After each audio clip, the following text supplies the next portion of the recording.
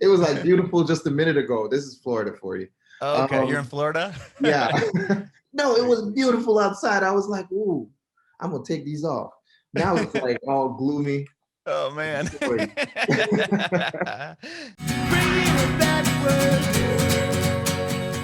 This is about your journey in music, Mhm. and we'll talk about Crazy with Somebody as well. Of course.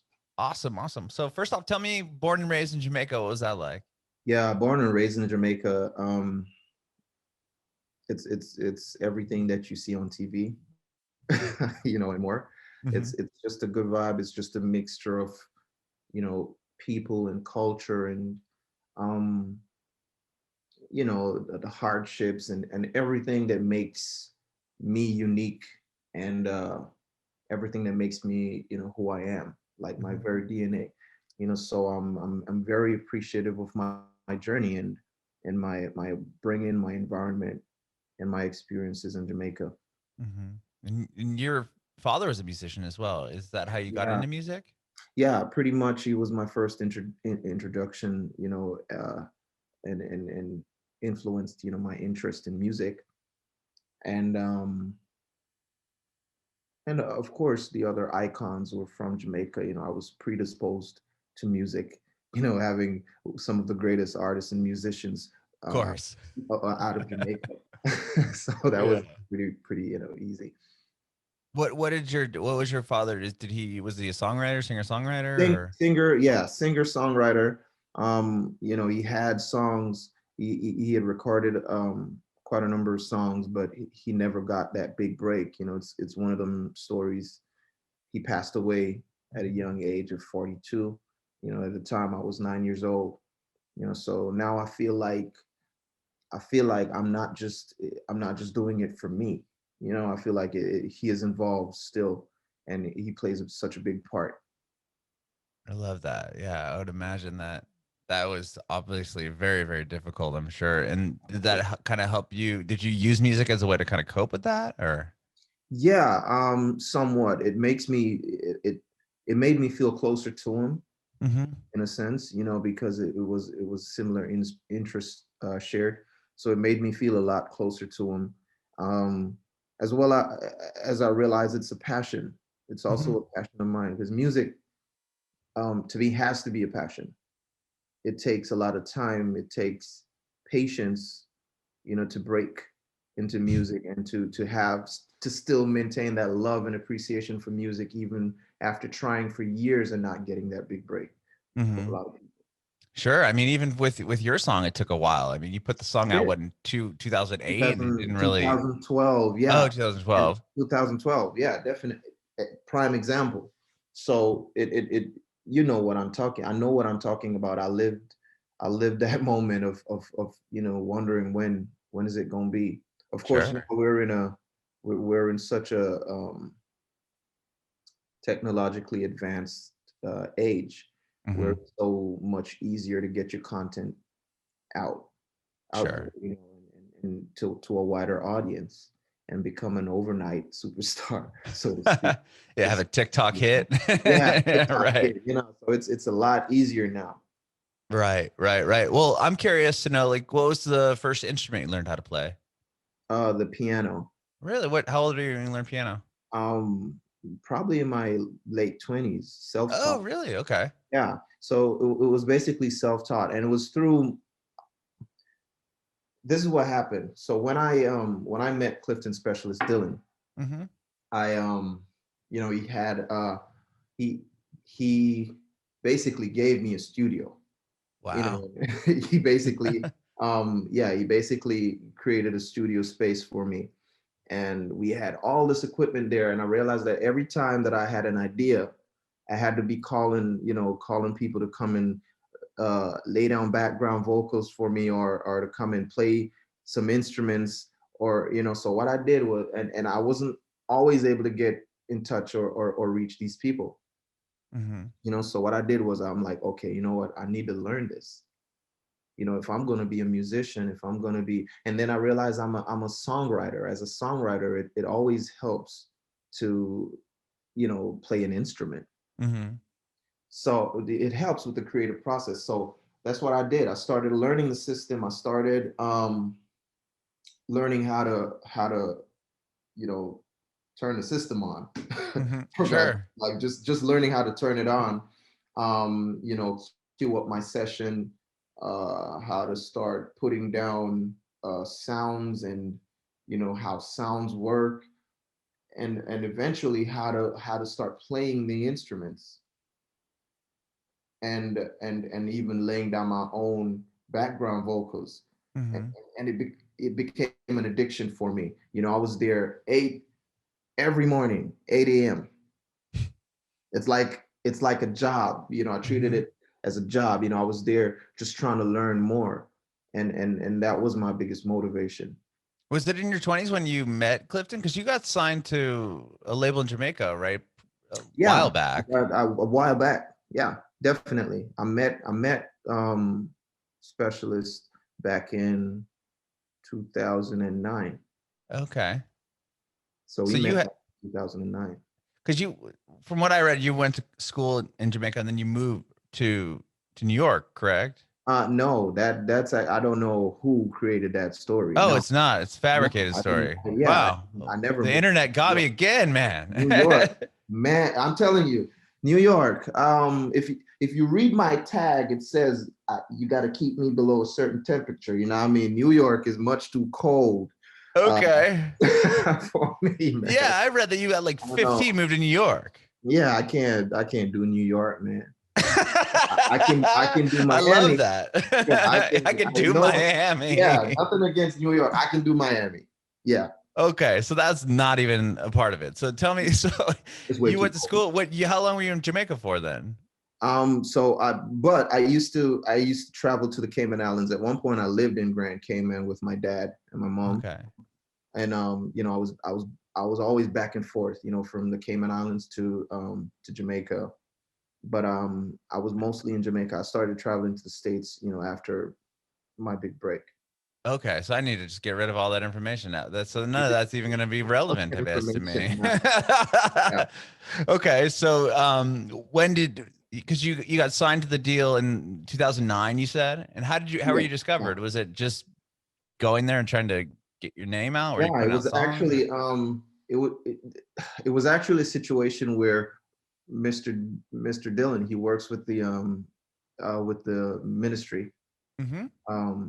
He is, yeah. So I used to record with this underground studio, and the guys there, they I don't know, one of their teachers or something from their school was associated with that group, the ministry, and Mm-hmm. he introduced them to Mr. Dillon, uh, who is Specialist. You heard me made mention of, Mm-hmm. and it was like da da da da. I got a group of guys, they're so talented, they have a lot of good music and a lot of talented people in their circle. You might want to check them out. Now, Clifton Specialist Dillon, just to give you a little background on him, he is the manager for Shabarangs, Queen Patra, and all Mm-hmm. these great, dancehall giants from the 80s and 90s. So you got Kimani Marley. He's worked with so many people. Um, Richie Stevens, the names go on. Mm-hmm. So he when he introduced them to the guys, and they played all these other artists for him, and they had good material, but he said he didn't hear what he was looking for. When he was leaving, he was like, so I have this other guy, but he is away in training right now, so I don't have anything for him. I just have something on my phone. Mm-hmm. And he was like, yeah, go ahead, let me hear it. And as soon as he heard my voice, he was like, I want to meet him. I want to meet that Wow. guy. Yeah, the meeting was over. They were walking out, you know? Mm-hmm. And he was like, that's the guy I want to meet. That voice, that's who I want to meet. That's And incredible. they organized the meeting. We met. Specialist actually took me outside, and it was like, I want to hear you sing that line that I heard in the studio. And I did it, and it was like, okay, yeah, you sound just like the record. You wanted to make sure it was You you. wanted to make sure. Yeah, he wanted to make sure, but it's a beautiful story. which I'm sure he's going to tell from his perspective. You know, it's going to be in his book, so I won't give away too much. But it's such a beautiful story, and I can't wait for the world to really hear it. You know, it's so inspiring, and I'm sure it's going to inspire a lot of people as well. That's incredible. And the first song was the first single you released called "Standing on All Threes." The first that was one of the first, Okay. yeah. So I think we released about 3 songs prior to me being signed to Ultra, Okay. and Standing on Threes was one of them. Is that what got the attracted the attention? Cheerleader from the get go was the one that stood out. Okay, so that that was already a record, and Yeah, that was already like, you know, because I saw, like, you know, way before there were TikTok videos and so forth. There were children and so many people, and when you see children being so influenced by your music or your material, you know that it's going to be a hit, because children are usually very truthful, very, right. of course, you know. So we saw these people doing like their own visuals, their own rendition of the song, you know, from Hawaii and so many different countries, and we're like, yo, this is going to be something. How are So people finding the song? Do you remember? yeah, because we made a video. There's an original video to Cheerleader with a different version, like a Mhm. different. It was a different beat. It was like a beat that's indigenous to Jamaica. It was more like a ska kind of vibe. Okay. Yeah.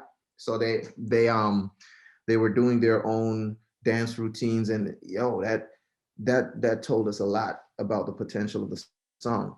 Mhm. So when Ultra came on board, and then all this greatness started happening, we were like, yo, it just breathed a whole new life into it, you know, Mhm. after 2 3 years, you know, passed. And then and when it got the remix done, They got the remix right. that's when it really really blew up. Do you Definitely. do you remember how that kind of came about? Like, I mean, they obviously were pushing it, but Yeah, you look at but the song, I mean, it's #1 in like 10 countries and it's done yeah, a there's billion streams. Like that there, blows my mind. it surpassed a lot of reason. Like, wow, you know, where did this come from? It was a phenomenon in a lot of people's mind, you know. Mhm. So as I said before, it was a good song to begin with. Right. And this is, you know, a record, you know how record labels work too. You know what I mean? If Mhm. it's not already like something that people are going to mess with, then they're not going to mess with it either. At Mhm. the end of the day, it's a business. I get it. You Right, know, of course. there's no hard feelings, you know. So so it obviously does really well.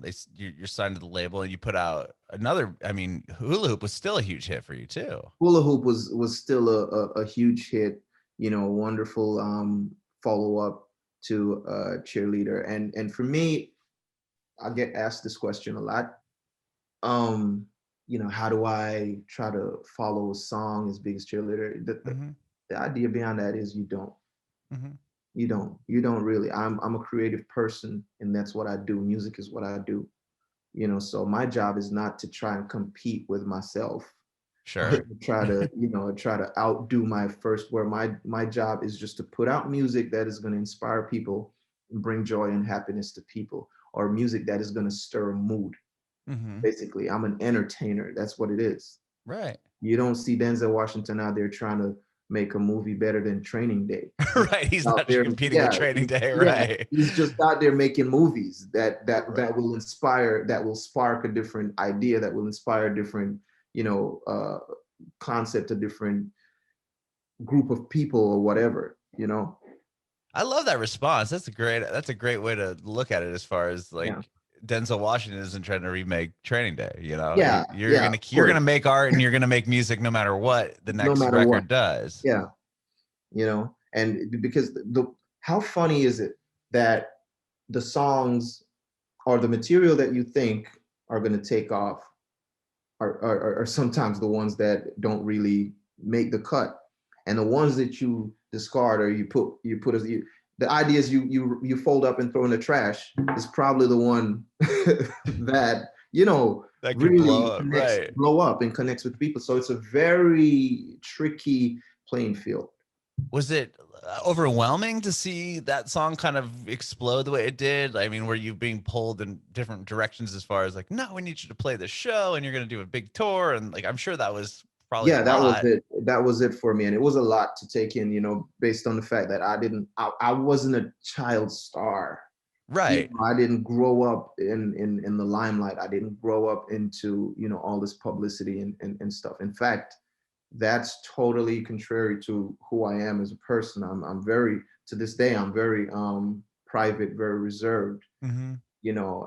So I appreciate the fact that I'm not just a performer, but I'm an artiste. I'm an artist. I create. Mm-hmm. So I'm perfectly fine whichever way. If I have to be behind the curtains, if I have to be up front, it doesn't matter. I do it all. Mm-hmm.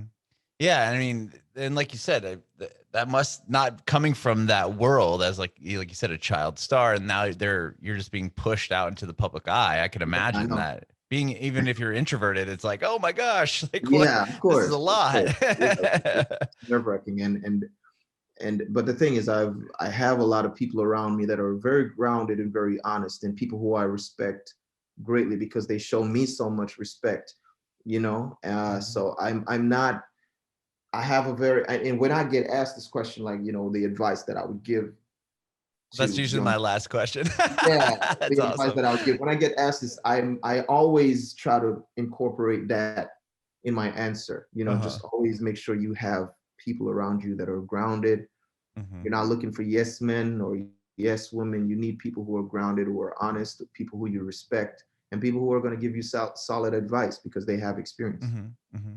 And moving on, I mean, from that, you obviously have put out a bunch of other records and have done very, very well. I'm Yeah. curious to know where you were when like the world shut down in 2019, 2020, and how that aside from everyone's inside now, you can't go out and play shows, and I'm sure that's Yeah. probably a big part of your Yeah, life. I was actually back in Jamaica. I was close to my family, so that kind of eased a lot of the pressure. I don't know what I would have done if I was, like uh in the US or somewhere else in the world and not being able to go home. Hmm. Um I also used the time to discover a lot of other, talents and passions about myself and last year was just a whole reset for everybody, just to Hmm. take some time out to reconnect with yourself and the people who matters in your life. Hmm.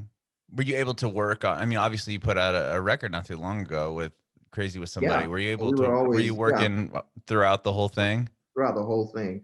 I was working, I was in the lab, just mixing and putting content together because I know at some point the world's going to open up again. Sure. Was it difficult to stay inspired or not so much? Um, Not so much. I mean, for me, of course, when you travel a lot, you're more inspired, Right. or you should be more inspired because you get to meet so many different people, different culture, and just even the scenery sometimes help and inspiring an artist. But for me, I just had to channel it from another source, being grounded. Hmm. Yeah. Yeah. And I mean, over the course of the in the midst of the pandemic, I should say, what was it? You got this crazy achievement where not only does your video hit a 1 billion streams, Billion. which is just like I can't even. Can you even wrap your head around how that's like what, Man, a listen, thousand millions? Like, as a solo artist, it's not even a collaboration between you and another artist because when you got two artists on a project, then you got your fan base, I got my fan base, and it's like, we create the audience, that sure, there's that two match. different spectrums of Yeah, people that are getting exposed to so the it song. does, when you look at it, really, it does mean a lot, as a solo artist. It says a lot. We Oh must have done yeah. something right. you know I'd say. And not only that, it's what the most searched song, most Shazam song of all time. Man, listen, all these titles and first and most. Right. When you hear first and most, and you're like, yo, this is something that is going to go down in history among some of the other great songs that have gone and songs to come. you Oh know, yeah. and that to me as an artist is a lot more important than quantity. Mm-hmm. If you get what I'm saying, Mm-hmm. it's something that is always going to be remembered for all time. Yeah, you've That is you've what you call created a like a legacy. legacy, right? It's something that will never, Yeah, years upon years and years and years down the line from it now, will be people are gonna be playing and def- appreciating Cheerleader. definitely, definitely. Do you think it got a new life too with TikTok? Yeah, definitely. I think all these platforms that were created, they really help creative people, Mm-hmm. with content, whether you are an actor or a musician, whatever the content is, as long as it's around entertainment, all these platforms that were created, that have been created in today's day and age, they really help us out, Mm-hmm. especially during a pandemic when there's not a lot of live performances or appearances being made. Sure. Yeah, TikTok really exploded over the pandemic. Mm. I mean, it's like now everyone's got nothing to do except for make videos of themselves like dancing And then around. listen, you might even discover like other facets of your talent. You Mhm. probably didn't know you were such a good comic, or you were funny, or you had such an appeal. So it does help people to discover new abilities.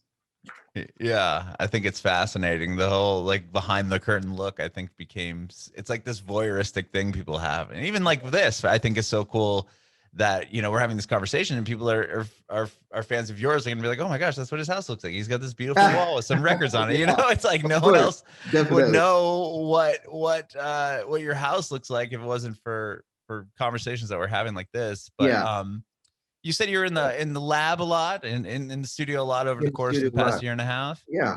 Tell me about this brand new song that you put out. So crazy with somebody. I just find it. Oh, it's pouring outside. It was sunny just a minute ago. It was Oh, it was like beautiful just a minute ago. This is Florida for you. okay. You're in Um, Florida? yeah. No, it was beautiful outside. I was like, ooh, I'm gonna take these off. Now it's like all gloomy. Oh man. Boring. Yeah. So this song I think is such a great summer vibe. I think it's basically targeted the summer. Hmm. And I think a lot of people are looking forward to that, based on the fact that Cheerleader was such a huge summer song. Oh So yeah. people are looking, a lot of my fans are looking forward to me, coming out with something related to the summer vibe. And I think this song pretty much captured that. Yeah. I totally agree with you. And now that stuff's opening up too, I think it's a perfect song for the mood. Like maybe something like, Yeah, definitely. Definitely. I a want little everybody bit. to go and check them out. We've been putting out quite a few songs. Uh-huh. My fans, they are very honest. They're like, "Yo, why you ain't putting out new songs and new content?" But I work very closely with my label in making these decisions about what we put out and when we put them out. So Hmm. it's not just on me, people. Collective effort. Yeah, for sure. What about an EP or a record? Are you just, or do you have more just singles Yeah, in the I've been works? working on in the pipeline. I've been working on quite a few things independently. Just ideas that I have, and I love the fact that I'm with a label that I don't feel restricted in terms of my creativity, my creative input. Hmm. So I've just been working on quite a few materials independently and ideas that I want to put together as whatever it is, whether it be an EP or an album or something. Hmm. But I'm just putting these down. I'm just laying these down and stacking them up. I love it. I love it. And thank you so much, Omi, for hanging out with me today. I really appreciate it. My pleasure, man. Thank you so much for having me. I appreciate you. Yeah, I do have one more that last question for you. If you have any advice for aspiring artists, I know you touched on it. I touched on it, but yeah, it goes. There is more. Of course, humility is one. I can't stress enough how humility pays off in the long run, because all this other bullshit, if I can say that on your program, You can say whatever you it want. it it it, it goes away pretty soon. It wears off pretty quickly, because people's attention span is so short. People's attention span is so short. They move on to the next in a few seconds. And if you start on that note where you always got to be clout chasing or you always got to be clowning to keep people's attention, then you're just going to keep on until your relevance just die out and there's nothing left. There's no legacy, and you will go out as that, a clown. So you got to be, if you're serious about remaining in the entertainment business, and it could be in whatever capacity. As I said before, I'm an artist, but I'm also a creative person. So I might be behind the curtains, putting in a lot of work and having my name attached to a lot of projects being, put out there. And you read down there in the fine print, there's my name. I'm a part of that, and whatever the accomplishment that brings forth, I will be a part of that, and that will be a part of my legacy. I don't have to always be on the screen. I don't always have to, be in a public eye and shit. I can live my life as a normal person while enjoying the fruits of my labor. I'll leave you on that note.